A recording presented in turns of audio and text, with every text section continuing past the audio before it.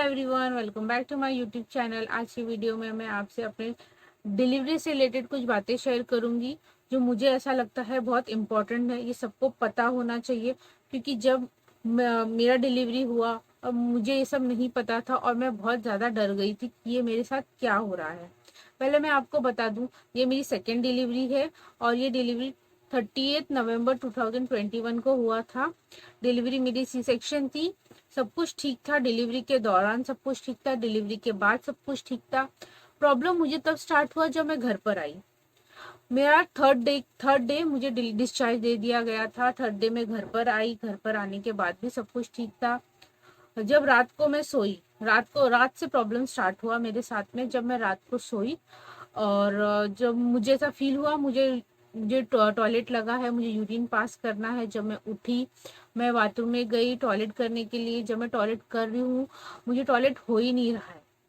पहले मुझे ऐसा लगा कि अरे ये क्या हो रहा है, मुझे मुझे ऐसा फील हो रहा है कि मुझे टॉयलेट लगा है, मुझे यूरिन पास करना है, पर हो क्यों नहीं रहा है। फिर मुझे ऐसा लगा शायद मैंने पानी कम पिया है। तो मैं गई, मैंने पानी पिया, मैंने खूब सारा पानी पी लिया। पानी पीने के बाद में प्रेशर बढ़ गया।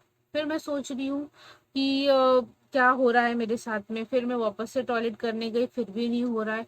टॉयलेट करते टाइम पर यूरिन की जगह पर मुझे बहुत ज़्यादा इरिटेशन हो रहा था, जलन हो रही थी।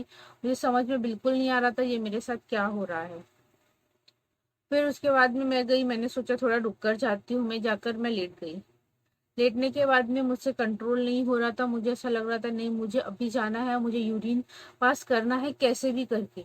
मैं गई, मैंने प्रेशर लगाया, मैंने खूब प्रेशर लगाया ताकि यूरिन पास हो। पर मुझे वहाँ पे सिर्फ दर्द हो रहा था और यूरिन पास नहीं हो रहा था। फिर मैं डर गई, मैंने मेरे हस्बैंड को उठाया। मेरे हस्बैंड ने बोला होगा, तुमने शायद पानी कम पिया होगा या कुछ होगा, तुम फिर से ट्राई करो, ट्राई करो। मैंने फिर से ट्राई किया, नहीं हुआ। ऐसे करते करते काफ़ी टाइम हो गया, 1 डेढ़ घंटे बीत गए। ये प्रॉब्लम मुझे स्टार्ट हुआ था रात को 3 बजे से और फिर सुबह 6 बज गए ऐसे देखते देखते। फिर हमें लगा कि नहीं, कुछ प्रॉब्लम है। फिर मैंने मेरे हॉस्पिटल में कॉल किया। वहाँ पे सिस्टर थी, उन्होंने बोला एक काम करिए, आप अभी आ जाइए, देखते क्या प्रॉब्लम है। फिर मैं मेरे हस्बैंड के साथ में हॉस्पिटल गई। वहाँ पर उन्होंने बोला टॉयलेट करिए, लेकिन मुझे हो ही नहीं रहा था टॉयलेट। फिर उसके बाद में वहाँ पे जो असिस्टेंट डॉक्टर थी वो आई, उन्होंने चेक किया। उन्होंने बोला कि ठीक है, हम लोग एक काम करते हैं, हम लोग पाइप से आपका यूरिन निकालते हैं। फिर उन्होंने पाइप से यूरिन निकाला तो अप्रोक्स 1 लीटर के आसपास यूरिन निकला। डॉक्टर ने कहा ये ऐसा कैसा हो सकता है, नॉर्मली ऐसे नहीं होता है। उन्होंने मुझे एक यूरी पास करके टैबलेट दिया खाने के लिए, एक इंजेक्शन लगाया और उन्होंने कहा अब होगा तुमको, तुम यहाँ पे थोड़ी देर रुको, देखो, उसके बाद में तुम जाना अगर हुआ तो यूरिन।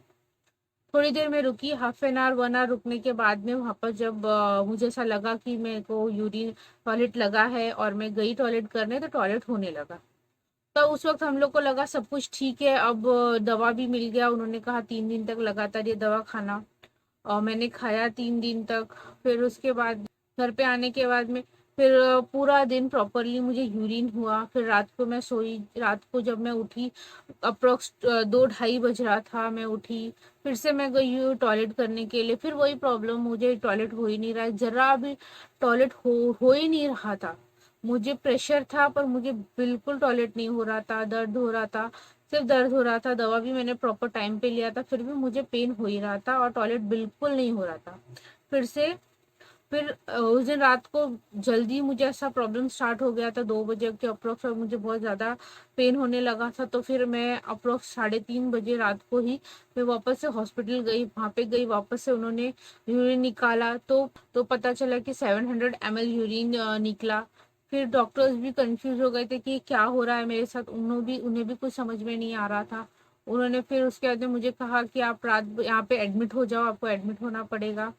फिर मैं वहाँ पे कुछ देर रुकी, उन्होंने मुझे इंजेक्शन दिया, दवाई दी। और फिर उसके बाद में फिर से नेक्स्ट डे उन्होंने मुझे कहा कि अब तो ऐसा नहीं होना चाहिए, अब आप जा सकते हो। फिर मैं घर पे आ गई, लेकिन उस दिन मुझे काफ़ी डर था क्योंकि ये जो दर्द होता था रात को, और रात को जिस तरह से मतलब मुझे पेन होता था और मुझे बार बार हॉस्पिटल जाना पड़ता था। एक तो सी सेक्शन, ऊपर से दर्द, सी सेक्शन का दर्द और बेबी को देखना और ये सब था। और मुझे काफ़ी टेंशन होने लगी थी कि कहीं फिर से रात को प्रॉब्लम ना हो जाए, फिर से मेरा यूरिन ना रुक जाए। थर्ड डे है ये, तीसरे दिन लगातार ऐसा ना हो जाए। फिर उसके बाद में मैं डर डर के जैसे तैसे सोई, और फिर रात को फिर से मुझे ये प्रॉब्लम आया, और मैं मुझे मुझे समझ में नहीं आ रहा था कि मैं क्या करूं, क्योंकि ये चीज़ नॉर्मल नहीं थी। मेरे अंदर कहीं ना कहीं ये डर था कि ऑपरेशन करने के टाइम पे कुछ प्रॉब्लम तो नहीं हो गई थी जिस वजह से मुझे ऐसा बार बार हो रहा है। फिर वापस से मुझे उस दिन वापस से हॉस्पिटल जाना पड़ा।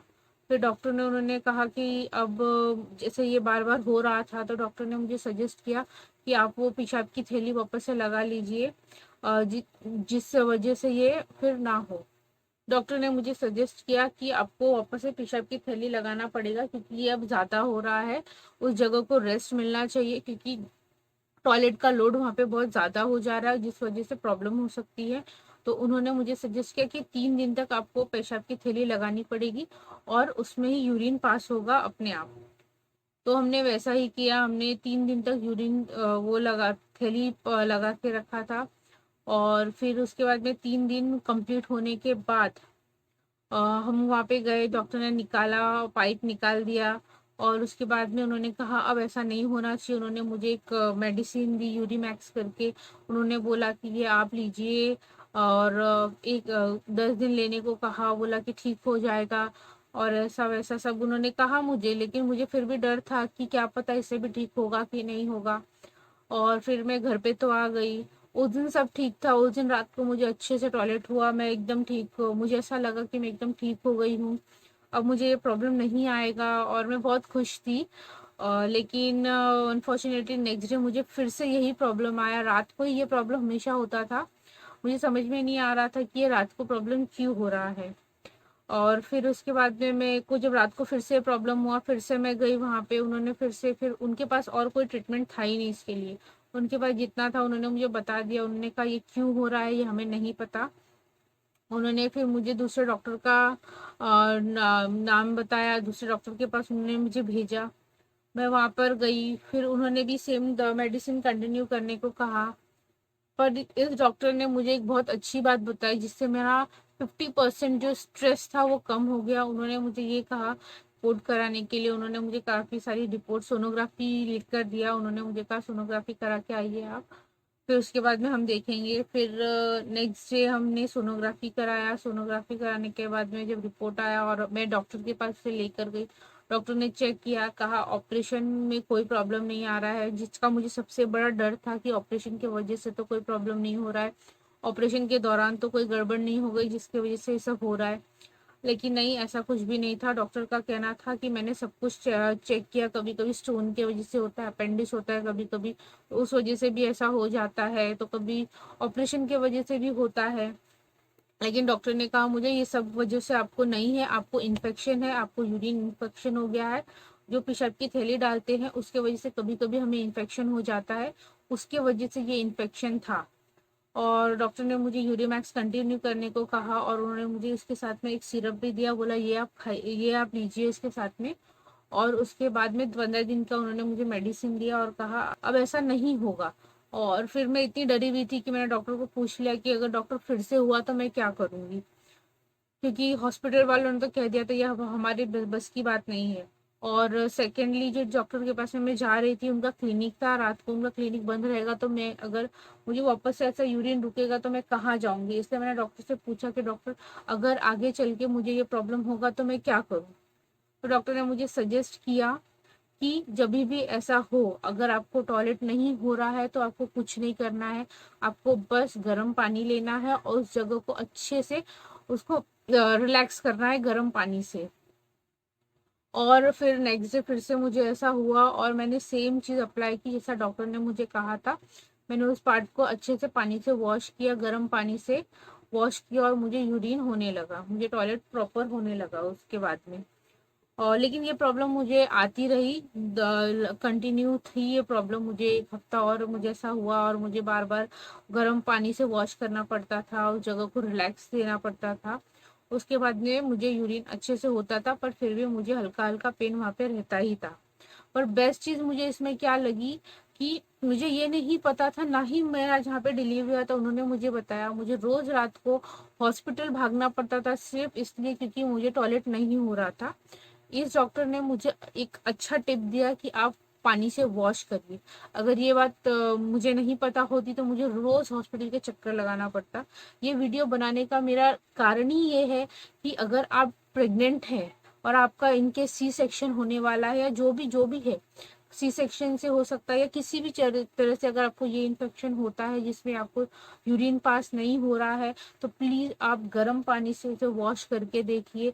आपको शायद यूरिन पास होने लगा, क्योंकि यूरिन पास होना बहुत जरूरी है। मैं इस प्रॉब्लम से गुजर चुकी हूँ। इनफैक्ट आज भी मुझे ये प्रॉब्लम है। हाँ, अब मेरा टॉयलेट नहीं रुकता है, मुझे यूरिन पास होता है और वहाँ पे मुझे अभी भी दर्द होता है, और कभी कभार ऐसा होता है कि ड्रॉप्स पे मुझे यूरिन पास होता है, जिससे मुझे अभी भी तकलीफ होती है। मेरा मेडिसिन अभी भी चालू है, लेकिन ये जो डॉक्टर ने मुझे जो टिप दिया था कि गर्म पानी से वॉश करिए, वो मुझे बहुत काम आ रहा है आज। और ये डॉक्टर ने कहा धीरे धीरे यूरिन इन्फेक्शन अपने आप खत्म हो जाएगा। आप बस दवा चालू रखिए और टाइमली दवा लीजिए और उससे पार्ट को अच्छे से वॉश करते रहिए, तो ये प्रॉब्लम खत्म हो जाएगा। आपको अगर ऐसा कोई प्रॉब्लम है या फिर कुछ है, तो आप गर्म पानी या ठंडे पानी से भी आप वॉश करिए, तो भी ये ठीक हो जाता है। ये वीडियो बनाने का सिर्फ और सिर्फ मेरा यही मतलब था कि आपको ये पता हो कि डिलीवरी के बाद में एक ऐसी भी प्रॉब्लम आ सकती है, क्योंकि इस प्रॉब्लम ने मुझे बहुत ज़्यादा स्ट्रेस कर दिया था। और डिलीवरी के बाद में कहा जाता है अपने को ज़्यादा स्ट्रेस नहीं लेना चाहिए, और खासकर सी सेक्शन डिलीवरी के बाद में तो ऐसा प्रॉब्लम ना हो तो ज़्यादा अच्छा है, क्योंकि हॉस्पिटल का चक्कर लगाना बहुत बहुत बहुत मुश्किल काम है इस टाइम पे। क्योंकि मेरे लिए तो एटलीस्ट था, आधी रात को उठकर हॉस्पिटल भागना, बच्चे को छोड़ के, सब कुछ छोड़ के आधी रात को आपको हॉस्पिटल भागना पड़ता है, फिर उसके बाद में हॉस्पिटलाइज होना पड़ता है, फिर जैसे सिल्ली सी प्रॉब्लम के लिए, जिसका सोल्यूशन सिर्फ ये है कि उसे आप गर्म पानी से वॉश करिए। ये पब्लिक को जाना बहुत ज़रूरी है, क्योंकि किसी के साथ भी हो सकता है, आपकी फैमिली मेम्बर्स के साथ में हो सकता है, आपके साथ में हो सकता है, किसी के भी साथ में हो सकता है। मैं तो यही कहूँगी कि आप अपना और अपनी फैमिली का ख्याल रखिए, और अगर ऐसा प्रॉब्लम किसी को भी होता है तो प्लीज़ प्लीज़ आप उसे यही बताइए कि उसे आपको गर्म पानी से उधर वॉश करना है। आप ठंडा पानी भी यूज़ कर सकते हो। Thank you for watching. अगर वीडियो अच्छी लगी हो तो लाइक शेयर एंड सब्सक्राइब ज़रूर करिए।